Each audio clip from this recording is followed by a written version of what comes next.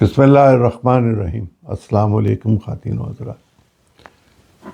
میں آج کا پروگرام اپنی اہلیہ آسیہ عظیم کو منسوب کرتا ہوں، اس لیے کہ وہ اس کی مستحق ہے کہ اس کے بارے میں بات کی جائے، لیکن میں اس کے بارے میں بات نہیں کروں گا۔ ان خواتین کے بارے میں بات کروں گا کہ جن کے حوالے سے 8 مارچ کو پاکستان کی ایک بہت بڑی اکثریت ان خواتین کو گالی نکالتی ہے، ان کو برا کہتی ہے، ان کی تذلیل کی کوشش کرتی ہے۔ پولیس ان کے راستے روکتی ہے جیسے وہ کہ فحاشی اور بدماشی کے اڈے چلانے کے لیے جا رہی ہوں۔ ایسا کچھ نہیں ہے پاکستان میں، ایسا کچھ نہیں ہو رہا ہوتا۔ یہ بہت پڑھی لکھی خواتین ہوتی ہیں، یہ بہت سمجھدار خواتین ہوتی ہیں، یہ وہ خواتین ہوتی ہیں جو آرگو کر سکتی ہیں، یہ پڑھی لکھی ہیں، آرگو کر سکتی ہیں، یہ بحث کر کے آپ سے بات اپنی دلیل کے ذریعے منوا سکتی ہیں۔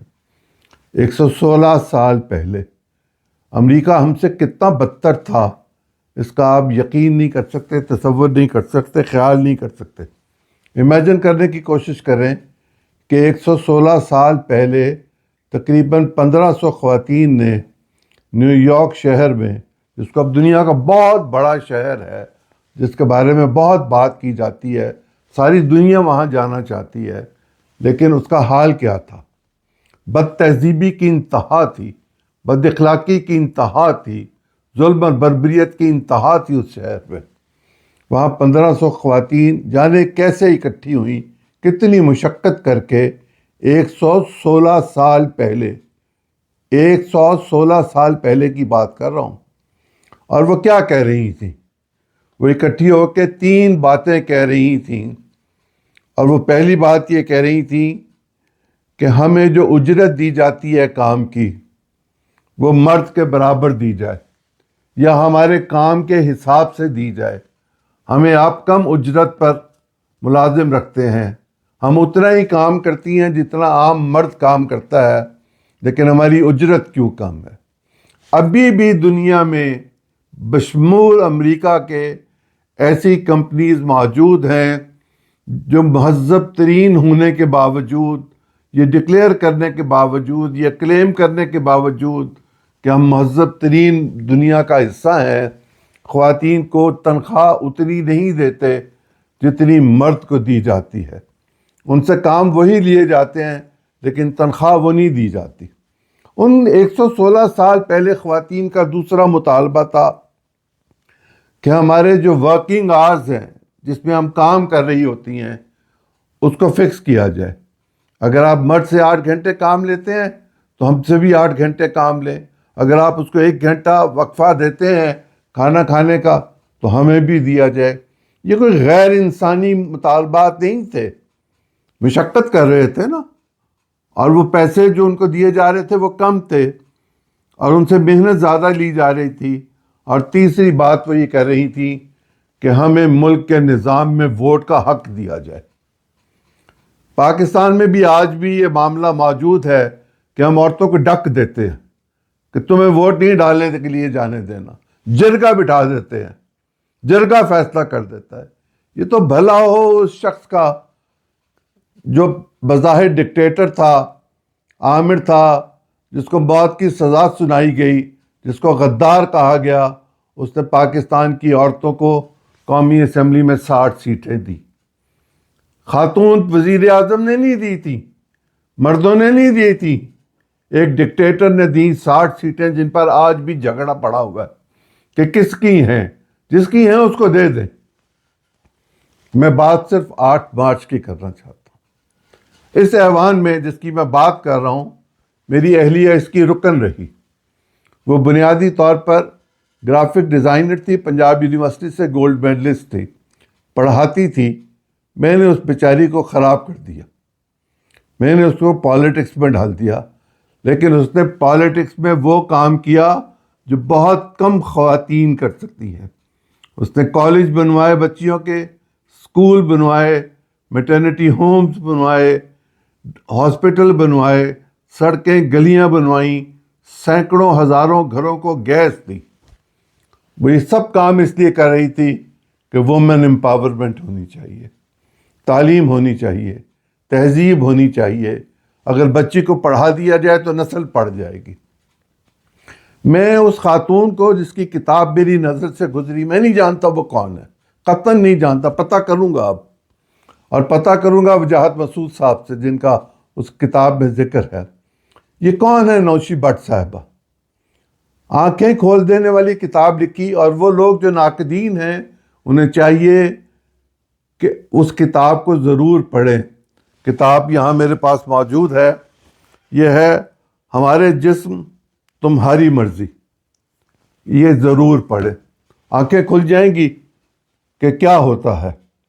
خیر، مجھے تو بات جو کہنی ہے وہ یہ کہ ہم جب عورت کو دیکھتے ہیں یا ہمارے معاشرے میں جب عورت کو دیکھا جاتا ہے تو اس کو ایک جنس کے طور پر سامنے رکھا جاتا ہے، جیسے وہ کوئی چیز ہے.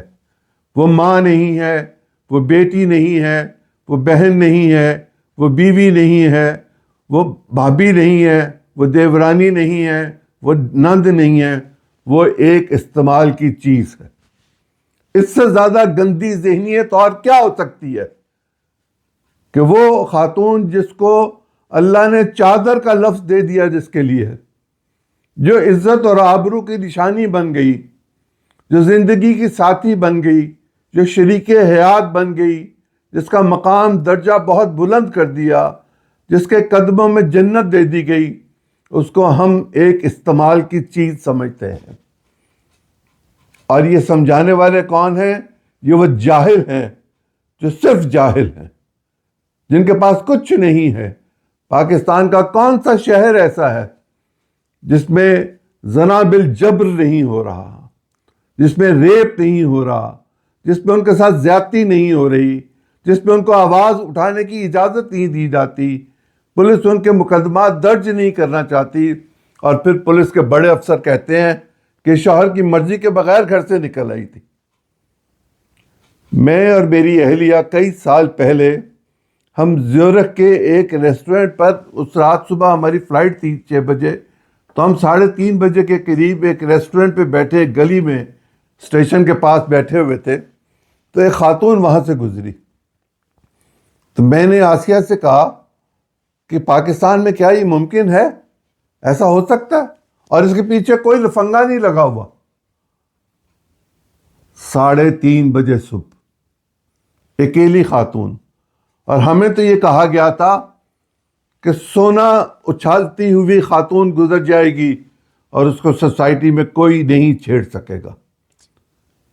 یہاں تو بالیاں چھین لی جاتی ہیں، یہاں تو بالیاں نوچ لی جاتی ہیں، یہاں بالیوں کے لیے قتل کر دیا جاتا ہے، یہاں ان کے پرس چھین لیے جاتے ہیں.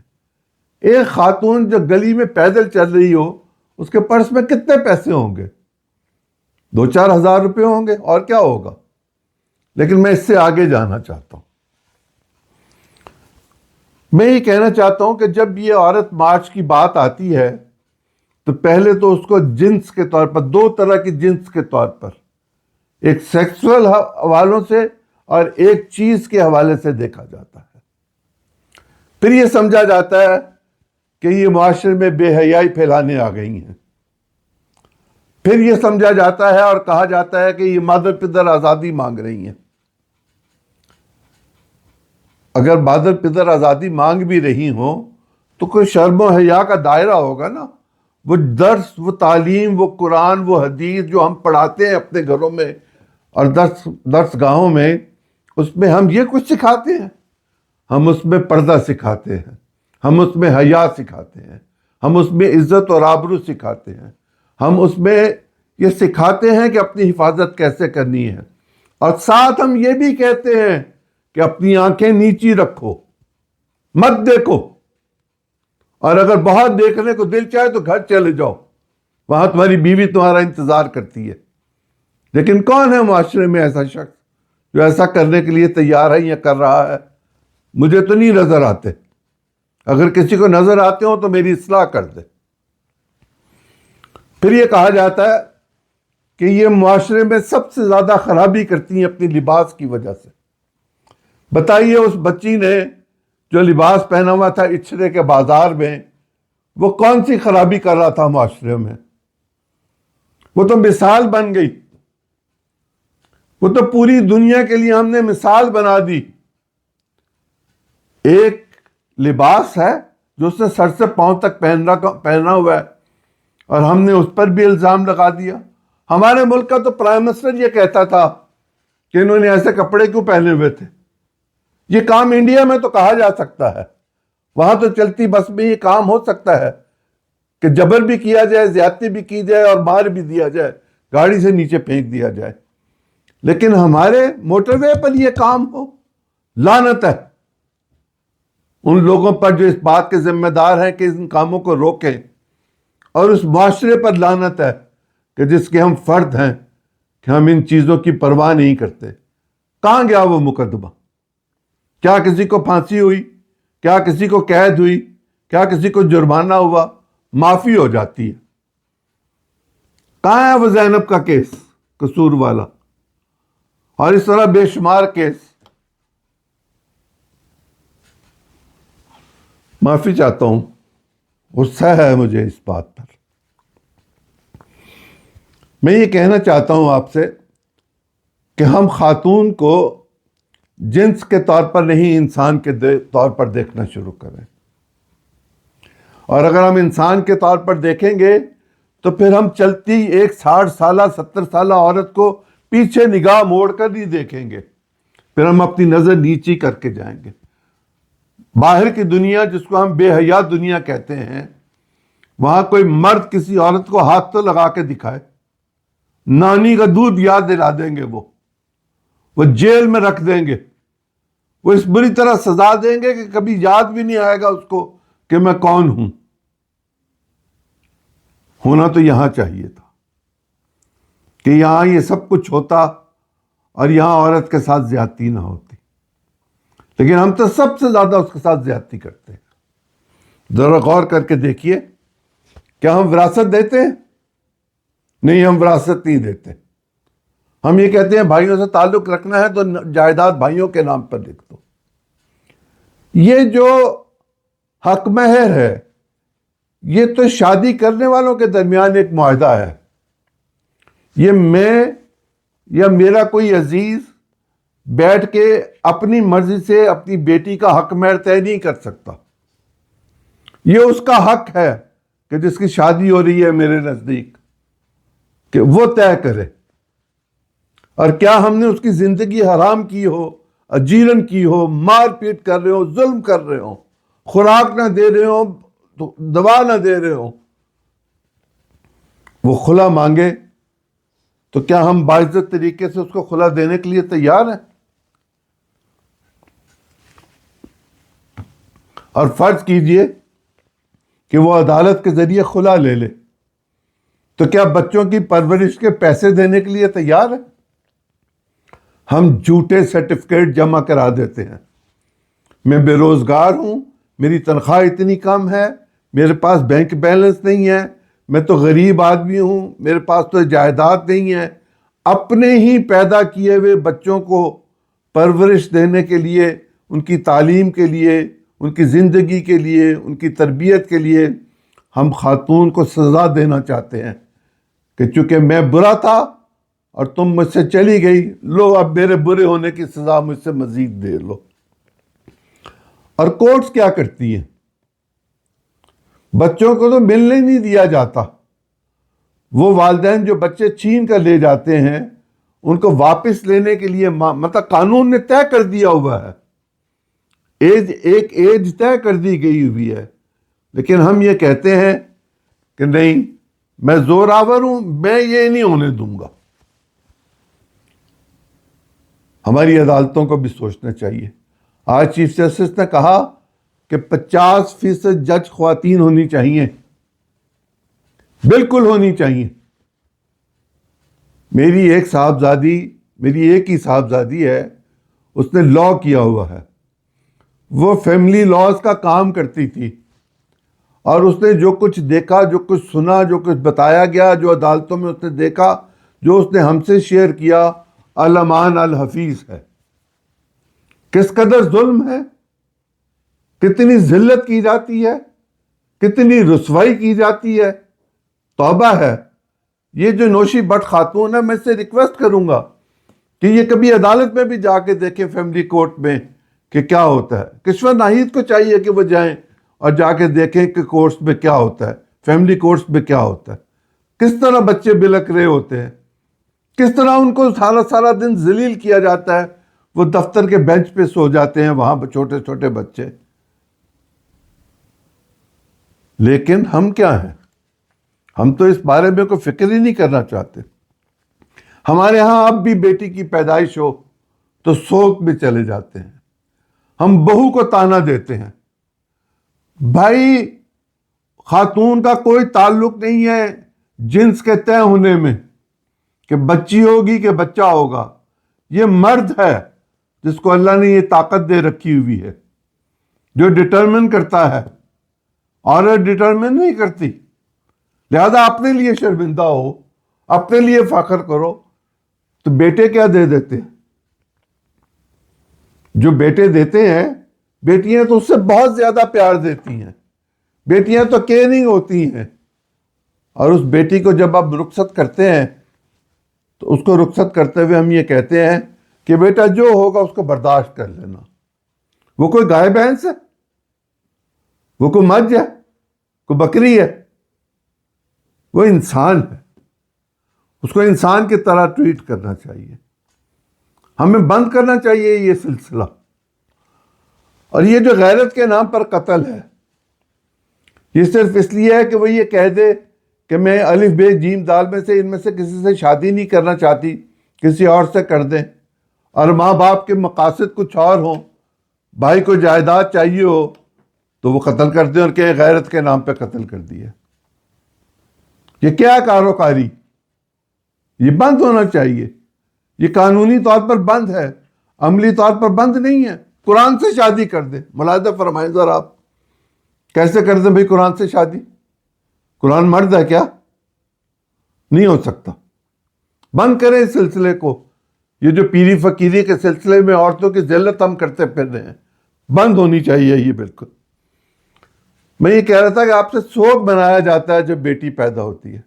بیٹا پیدا ہو تو پورے محلے میں، پورے رشتہ داروں میں لڈو بانٹے جاتے ہیں۔ بیٹی تو رحمت ہے۔ جس نے 2 بیٹیاں بیاہ دی اچھی تربیت کے ساتھ، ان کو رخصت کیا اپنے گھر سے عزت آبرو کے ساتھ، اس کے لیے تو جنت کی بشارت ہے۔ ہم کیوں جہنمی بننا چاہتے ہیں؟ ہم جانے کرنا کیا چاہتے ہیں؟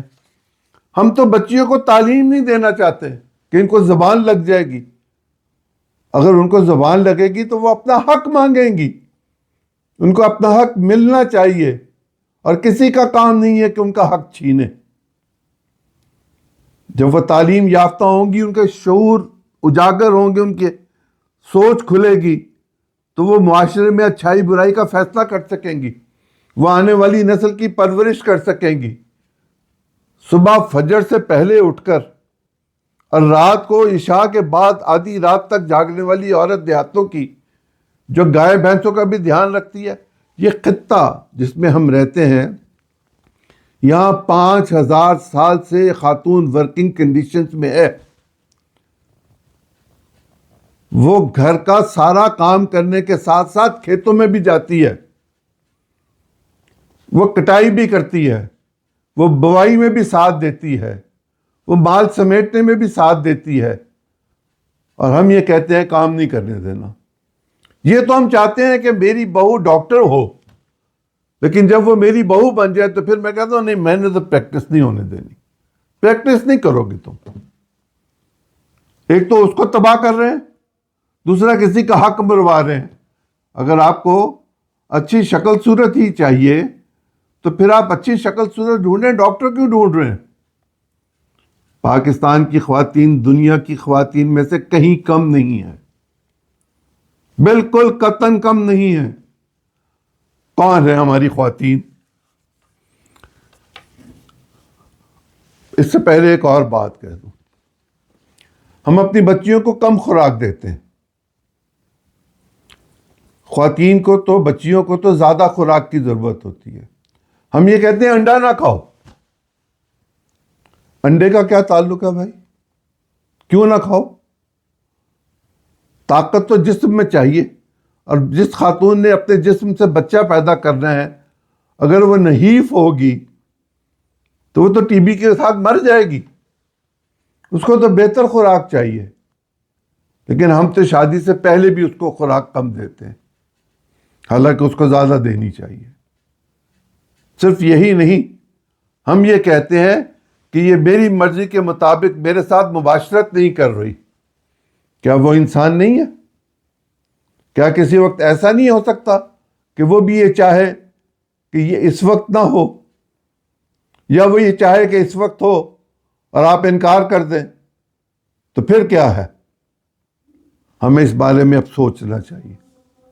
یہ وہ دنیا نہیں ہے کہ جس دنیا میں کسی عالم دین نے جو کہہ دیا بغیر تحقیق کے ہم نے اس کو مان لیا، ہم اس پر عمل کرتے رہے. یہ جو دودھ خواتین پلاتی ہیں اپنے بچوں کو،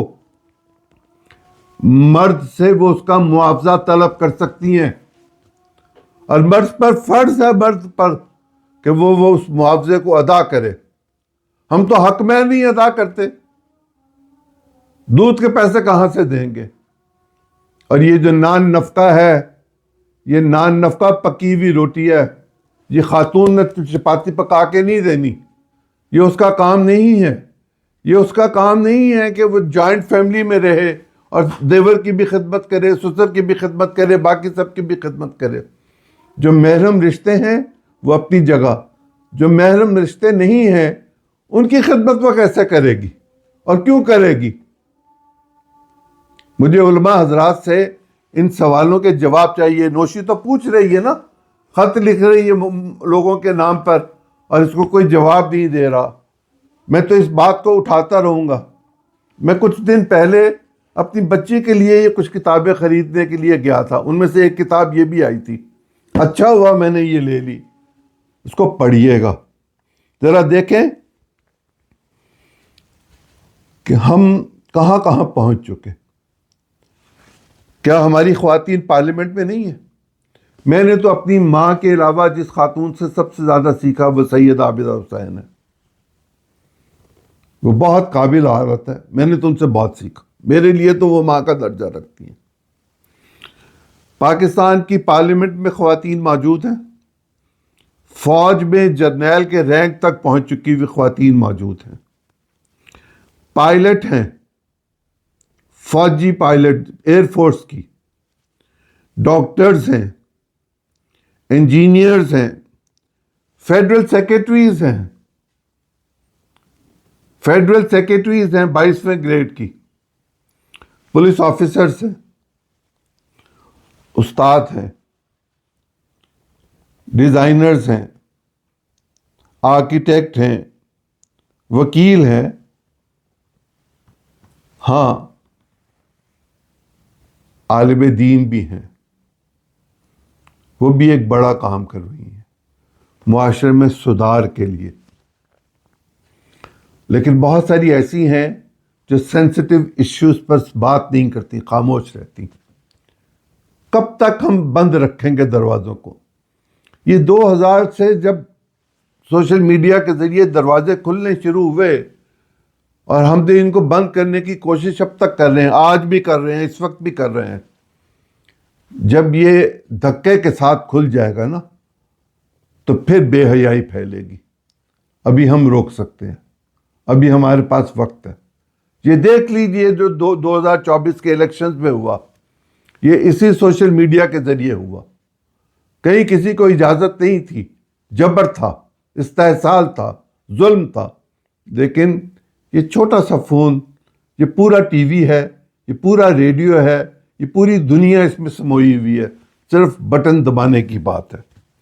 کیا پاکستان میں عورت وزیر اعظم نہیں بنی؟ کیا اسپیکر نہیں بنی؟